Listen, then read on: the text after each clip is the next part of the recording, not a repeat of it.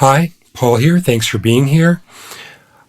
I think click tracks are the worst. When I'm recording a band, the last thing I want to do is record a rock band, say, to a click track. I think it destroys emotion and feel. It ruins the pocket of a record, and this is what I do instead. Instead of having By the way, let me say that I think click tracks are important for things like program music or hip-hop, dance music. All that stuff is great. It's program music. But there's something about drums and loud guitars and click tracks that just don't go in my book. So here's what I do instead. What I do is, instead of using a straight UREI click track, which is just to have a drummer listen to that, first off, the problem is, when they're playing on the beat and right with the click, how are they going to hear the click? They're not going to hear the click. So there's always this tension and push-pull to kind of know if you're on the click, because if you're on it, you won't hear the click. So that already out of the gate doesn't make any sense to me. The other thing is, why not have them have fun and play along with something that allows them to find dance and feel within their pocket and their groove? So here's what I do. Instead of using a straight click, I will program something that's more of a minimalistic bossa nova beat. So let's say if a click track would have been 1, 2, 3, 4, and that's a straight click, I'll go don't ch, don't ch, go ch, don't ch, don't ch, gum gum ch. You know what I mean? So those are the ups.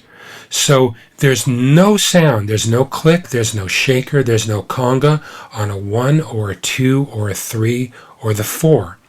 What this does is it allows those beats to be wide open for the drummer's interpretation.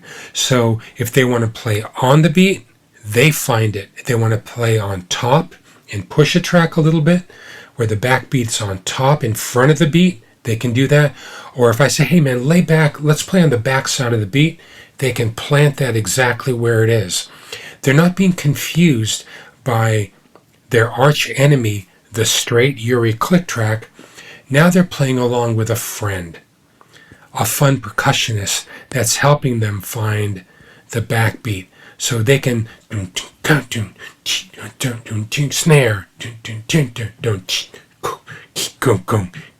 don't ding. Sometimes I'll put a ding on 1 every couple of bars, just as a timekeeper, just as a reference point to know that's the 1.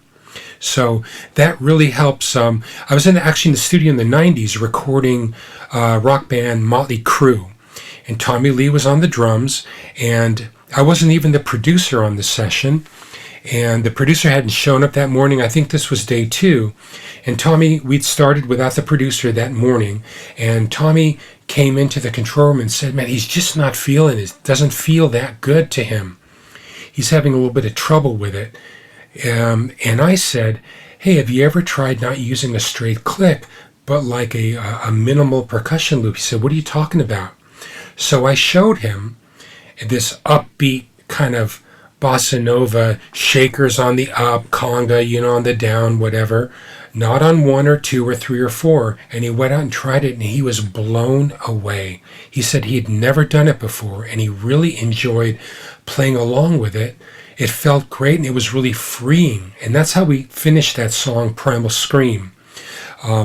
So he loved it, and I've been using this all the time. The other thing is, let's say I'm recording a drummer and it's a very progressive track, because I usually don't like just straight tempo. I usually like to have, if a song calls for it, a little bit of a BPM change, like a half a BPM up or down, or let's say I want the chorus to lay back, I'll go a 1 BPM slower or whatever. And let's say it's a progressive track and I want to really work on the drums, I will punch in a drummer, but it's nice to have that safety thing, whereas the drummer can be punched in anywhere we want, because we have that foundation of that bossa nova beat.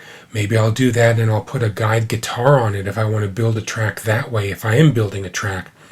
But a lot of times I just like a band to just go out there and have fun with no click track at all, no bossa nova beat. It's like, come on, Let's play some music here. Take off the training wheels and play music.